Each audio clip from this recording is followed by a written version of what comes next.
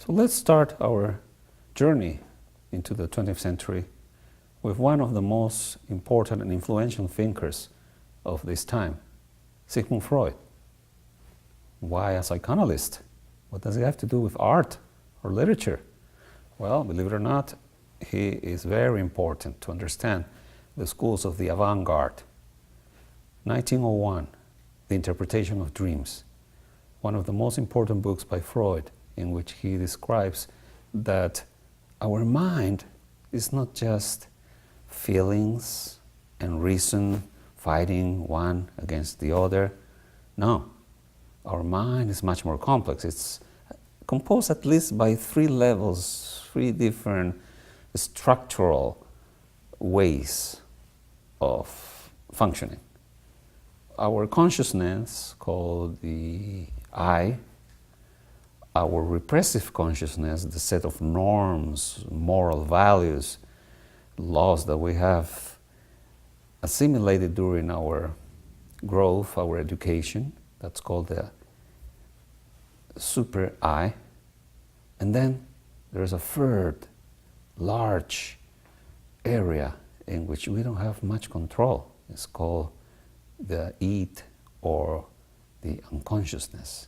It usually flourishes while we dream, for example. It appears when we make unconscious mistakes. It's there. It's ruled by two principles, eros and thanatos, the erotic, loving principle of pleasure, and thanatos, the destructive, vengeful principle of annihilating. Could be in self-defense or not, but we have these two trends: to love, to unite, to destroy, to separate. Can we always control these two impulses? Freud says not always. That's when the unconscious comes in play. So that world of the unconsciousness is going to be very important to artists like Breton, Éluard, Dali, and many others that in the 1910s and 20s will begin to explore that part of the human spirit, of the human mind, that wasn't very much explored during realism, somehow in romanticism, but without the theoretical scientific apparatus that Freud contributed with. In addition to that revolutionary set of ideas, which is the development of psychoanalysis, a historical event, First World War, or World War I, between 1914 and 1918. A conflagration of nations throughout Europe, including the United States and some parts of Asia. That's why it is a world war. The dimensions of this catastrophe are immense. Millions of people dead, starvation, countries back to misery. What happened? Why civilization has to fail so bluntly? What is wrong with the system? What is wrong with the bourgeois society ruled by a social structure of a ruling capitalist class, and then a middle class, and then a vast majority of workers and peasants? There has to be something wrong with this order. Otherwise, the world wouldn't collapse in such a way as it did between 1914 and 1918. Who's behind this tragedy? One answer is what Vladimir Ilyich Ulyanov, also known as Lenin, one of the most important revolutionaries of human history. He was the leader of the Soviet Revolution of 1917, and he basically followed the thoughts of Karl Marx, an important, very influential philosopher and economist of the mid-19th century, who basically in his book, The Capital, and his Communist Manifesto, described the rising bourgeois society in materialistic and economic terms. He had some of the most compelling arguments to talk about why there is social inequality and why there is class struggle. Basically, Marx's argument is that instead of placing the emphasis of wealth production in the capitalist, that means the entrepreneur who invests an amount of money, the real producer, which is the worker, the peasant, he who actually uses his hands, his body to produce wealth, should be compensated fairly. And the property of any business or any attempt to create wealth, let's think a store, a factory, any business, the emphasis should be put in those who really produce wealth, the workers. So Marx envisioned a society in which there wouldn't be class differences because the wealth would be distributed equally.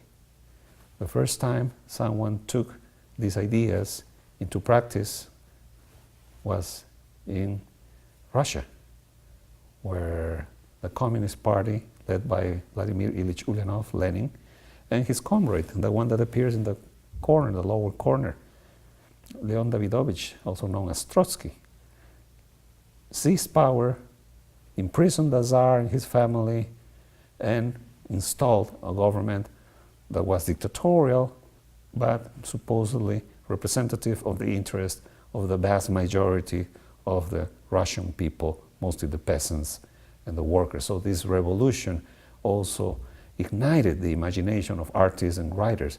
Another world was possible, another society, more egalitarian, more just, could be implemented. Why not? Said everybody. This is a typical way of thinking of modern intellectuals.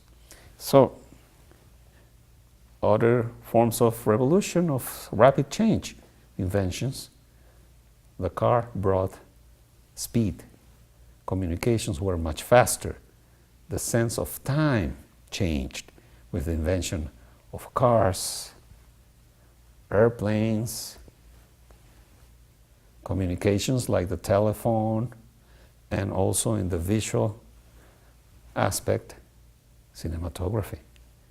We have at least 4 inventions that speak volumes about the very fast changing times of the early 20th century. Psychoanalysis, revolution, inventions that fueled the imagination of workers of the art and workers of their hands. A new humanity may rise. A new society could be organized. Let's abandon the old social order. Let's establish a new egalitarian society where everybody could have what he or she needs and everybody should give what he or she could give. Why not? A new way of thinking. All this was part of the worldview of many of the young artists at the beginning of the 20th century, which end up creating what we know now as the forms of the avant-garde. It's a military term that means this part of an army that goes forward in order to envision what's next.